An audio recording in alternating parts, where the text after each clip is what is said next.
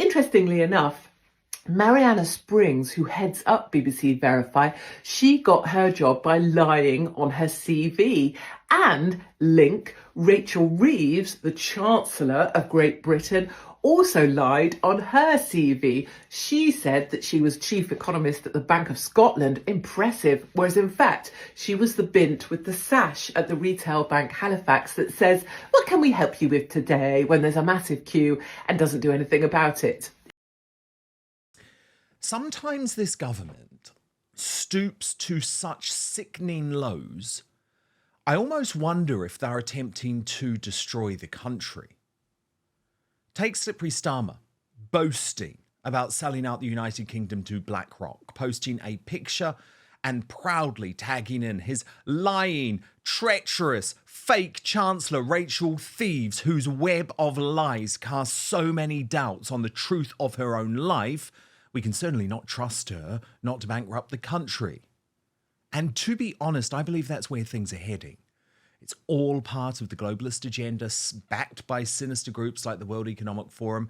I mean, what else could explain Starmer meeting with Bill Gates before the budget that sold out British farmers and has already reportedly resulted in 5 suicides in Selby alone in just 10 days? They want us to own nothing, remember.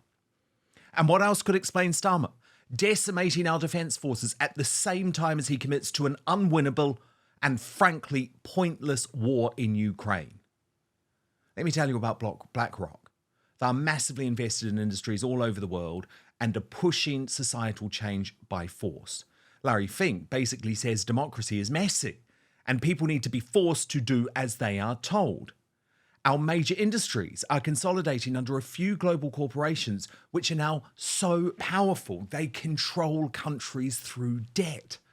And that's where the UK is now, unable to fend for ourselves because our leaders on all sides are enthralled by riches and power.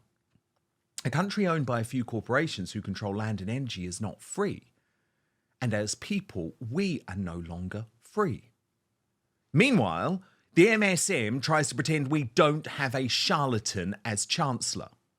Rachel Reeves might have a mission to wage class war on the British public, but she's certainly not qualified to do so. Her fake CV just the start of her deception.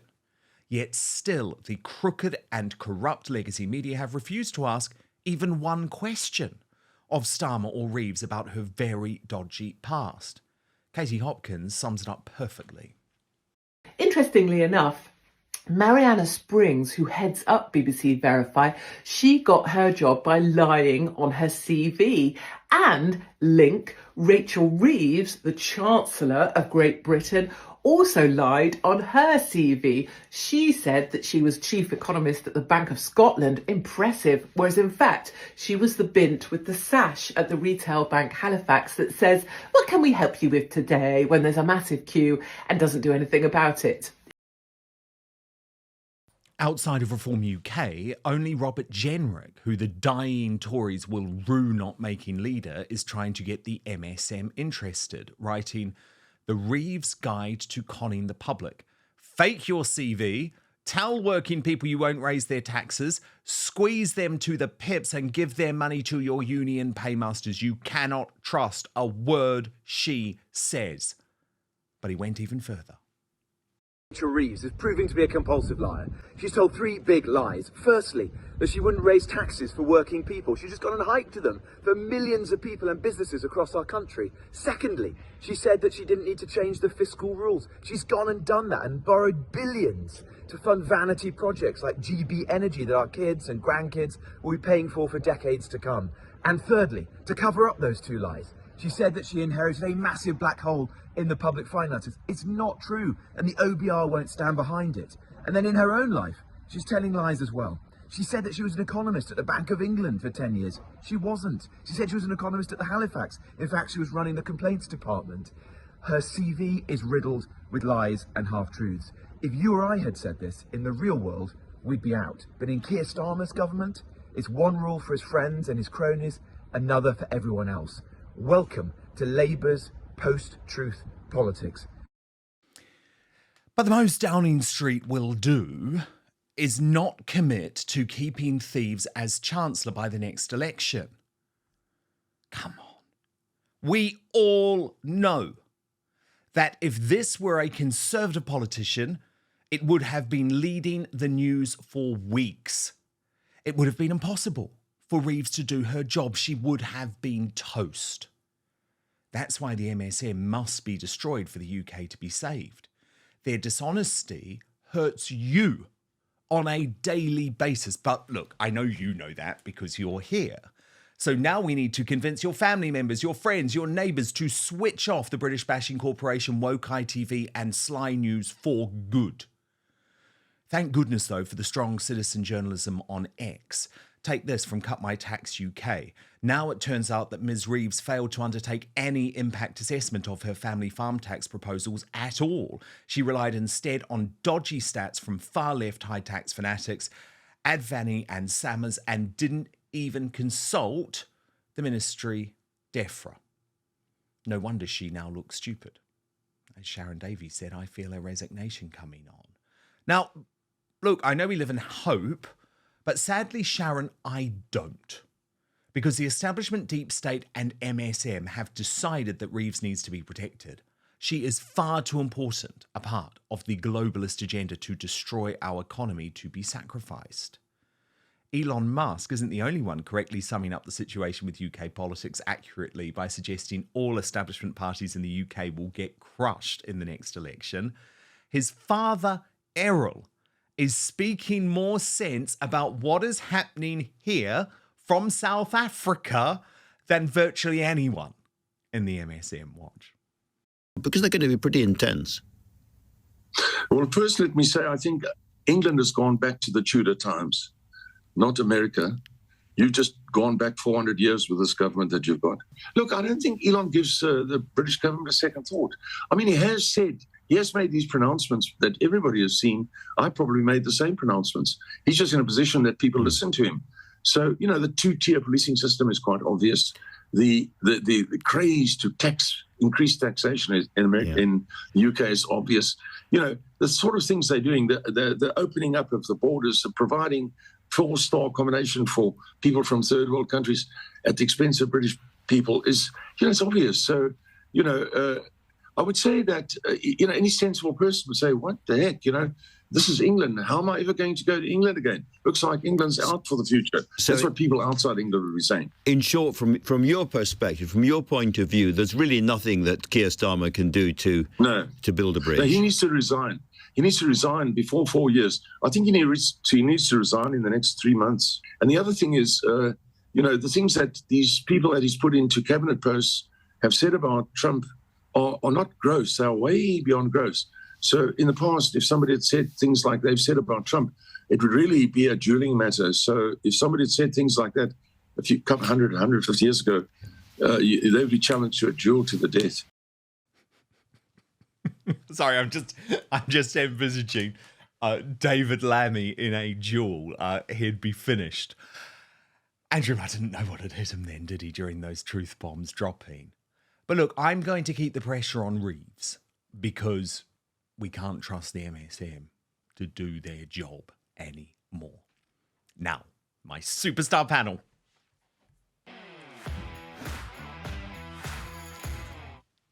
And absolutely delighted to have with me today the YouTube and Facebook sensation June Slater and the Conservative commentator Leilani Dowding. Leilani, fighting for our farmers. You were on the march earlier in the week, weren't you? Yes, I was there on Tuesday, fighting for our farmers, standing there, supporting them. And I tell you, I don't think I've been to a protest like that has been so busy and so packed. And, you know, I got to the train station in the morning. The platform was full of people, got on the train. I had to stand the whole way to London. And I actually didn't mind because I know it was for such a good cause. And for me, it was great to see it filled with, you know, all the Staffordshire farmers making their way down to London to go and stand there and listen to the protest, listen to the speakers. And I learned a lot. I actually, you know, I learned a few things. I listened to what fifth and fourth generation farmers were saying. And, you know, it's just shocking. It's truly shocking when you see what 5 this suicides, government... Leilani, in Selby alone within Yeah. 10 days. I mean, you know, these people have had these farms in their families for generations, and to think that they might not be able to pass it on, and, you know, that they'd rather die now so that their kids can get the entire, you know, farm that they've worked their lives for, and their parents have worked for. You know, it's tragic, it's horrific. You know, Ollie Harrison, one of the farmers there who was kind of hosting and bringing on the guests, he's actually going to a funeral of one of the farmers that that took their life because of this, because of the fear of losing, you know, at least 20% of the farm and what they've worked for. And that 20% actually could stop a farm being viable at all. Well, of course. And as we just saw in the digest, Reeves, her figures are a lie. Her figures are as fake as her CV. And June Slater, I can only imagine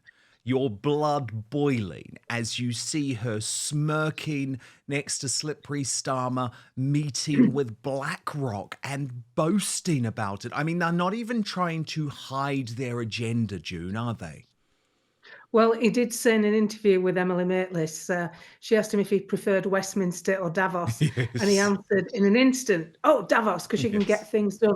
When he says get things done, he means he haven't got the clutter of Westminster, because that's got voters. One thing I'd like to say about the farmers, and I think this explains it quite succinctly, because a lot of people don't understand the inheritance tax implications with a farm. If Nana dies and you inherit her house, she's died, the house is empty, you're sat there with your assets, and Nana's house comes to you and your siblings. And it's a carve up. Cash value is introduced into your home. But first, I love the holidays. It's my favourite time of year in so many ways, but I find it can be very demanding going to all the events, dinners, looking for gifts, and planning the day itself. Every year I tend to burn out quicker than the last. That might have got to do with me getting a bit older, but this year I don't plan to burn out at all. Getting older is inevitable, but feeling older really isn't. As we get older, our body's ability to create energy declines, but recent scientific discoveries have found we can actually increase our energy levels in our cells by taking something called NMN. NMN has been shown to increase energy and endurance, activate our body's ability to burn fat, enhance mental function and health, improve blood pressure, regulate blood sugar levels, and support many other health markers. Finding high-quality pure NMN is hard, so I use Verso. They conduct third-party testing for each batch produced to guarantee you get what you pay for. It contains the highest quality NMN and other research-backed ingredients that have been shown to increase energy levels and slow down aging. After taking Celbean for some time, I feel like a younger version of myself. I've noticed more energy, enhanced endurance, improved cognition, fat loss, better sleep, and if I do get a cold like I did a couple of days ago, I recover faster. Click the link in the description on YouTube and Rumble, or head on over to buy.ver.so and use the coupon code OUTSPOKEN at checkout to save 15% on your first order. To repeat, that's www.buy.ver.so/outspoken. Use the coupon code OUTSPOKEN. What happens with farmers? They're sitting in the asset, they're working the asset, and there's no cash coming in. It's just a piece of paper at the land registry where the names change. That's all that happens with a farm. So consequently, the tax is due at that point, and therefore they have to raise money against the farm or sell it off. So deplete their income and possibly lose their home.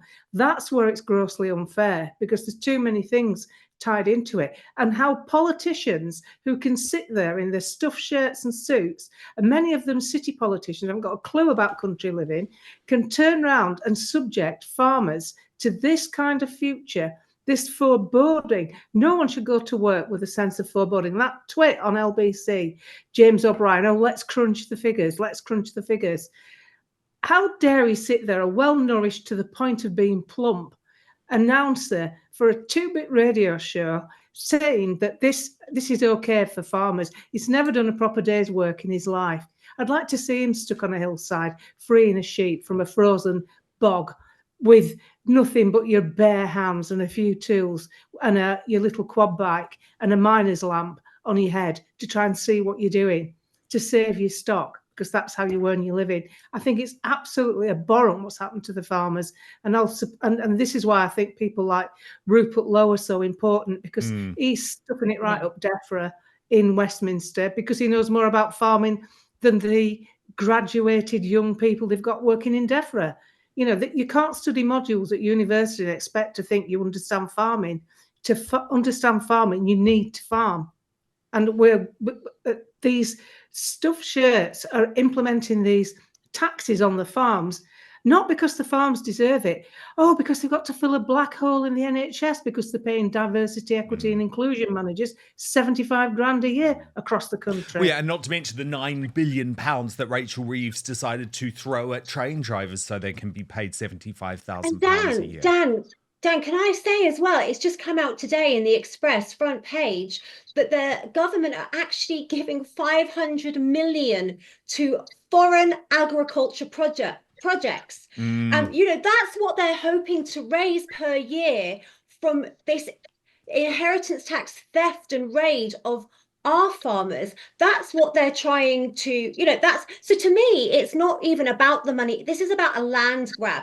They know farmers don't like to sell. They want to get their hands on that land and they want to force the farmers to sell.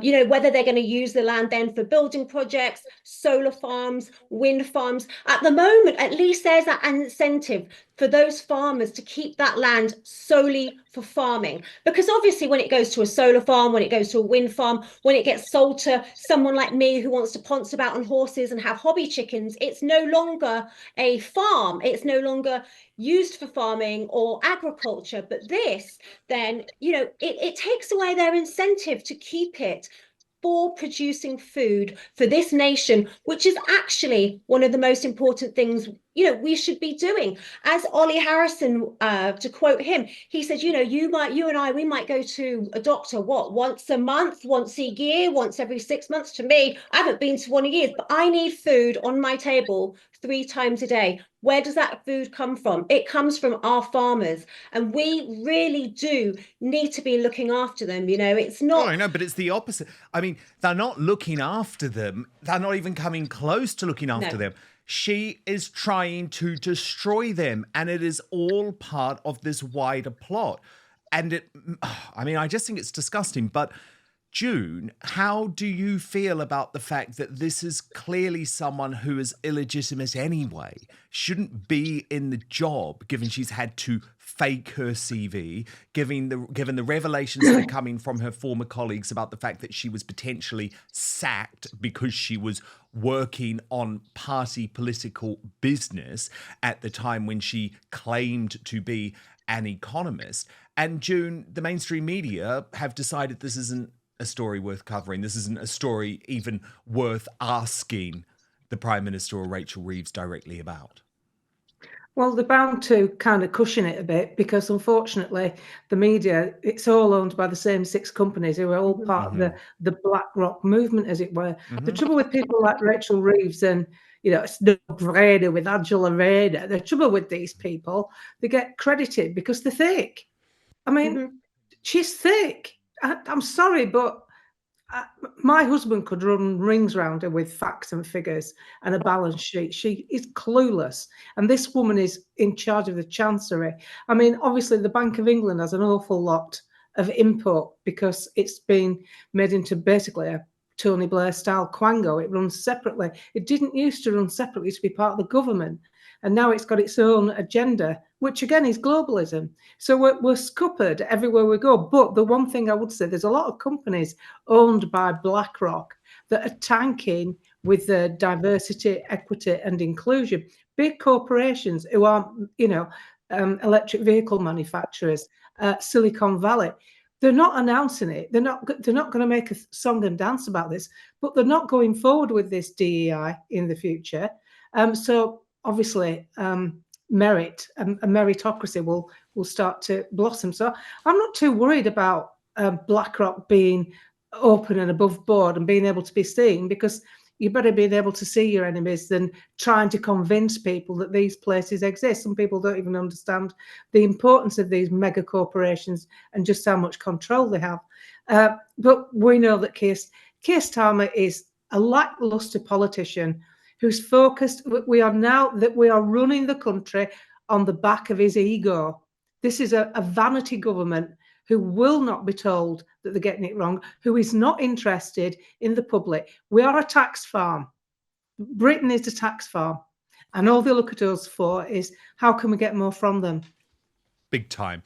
Big time. Leilani Dowding, how do you feel about these egregious lies from Rachel Reeves? I mean, she's now a figure of mockery because obviously it wasn't just the CV, it was also the plagiarism in her book. It was the omissions about actually what her role was. And you know, Leilani, you just know that if this had been a Conservative politician, it would be leading the news, the mainstream media, every single night, and it would have been rendered impossible for her to do her job. But they are protecting this woman. Why are they protecting her? Well, I think you have to look at who owns the mainstream media. I think you have to then, you then see who the Labour Party are in kind of partnership with. They're all out to protect each other. And as you said, if it had been anyone else, she would have been out a Conservative or Reform. I mean, imagine if it was a Reform politician. I can't even. It's to lie on your CV and for the mainstream media to ignore it in such a high-level position like that, when she made the biggest deal about being the first woman chancellor ever, it's just mind-blowing to me that she's allowed to keep on. And it's interesting because I told my mum about Rachel Reeves, and my mum can't stand the Labour Party anyway, but she was like, well, I've not read this. And I was like, Mum, I told you, don't trust the mainstream. No, and I showed her yours. Yeah, I actually did. I said, look, Dan's covering it, and she loves you. So it was like, look, Dan's covering.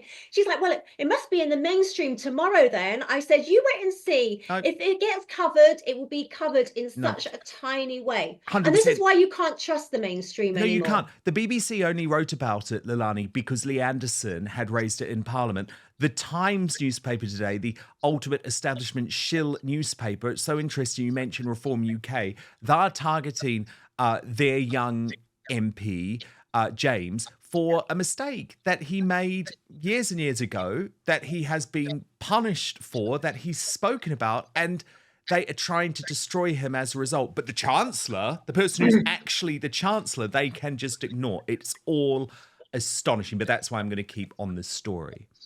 Thank you so much for watching Dan Wootton Outspoken. Please click on my face just to the bottom left to subscribe to this brand new independent news source and turn on the notification bell so you'll be alerted to our brand new live shows, uncancelled interviews, and special royal episodes.